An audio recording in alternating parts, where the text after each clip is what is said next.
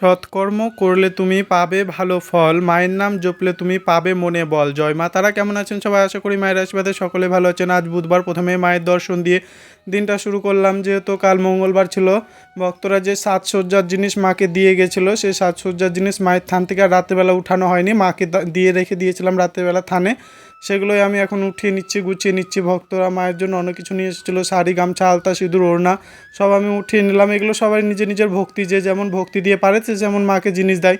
আগামীকাল শয়ন দেওয়ার সময় মন্দির পরিষ্কার করাই ছিল, তবু বাসি মন্দির যেহেতু একবার ঝাড় দিয়ে জল দিতে হয়, সকালে দুয়ারে জল দেওয়া হয়, তবু মন্দিরটা তো মুছতে হয়।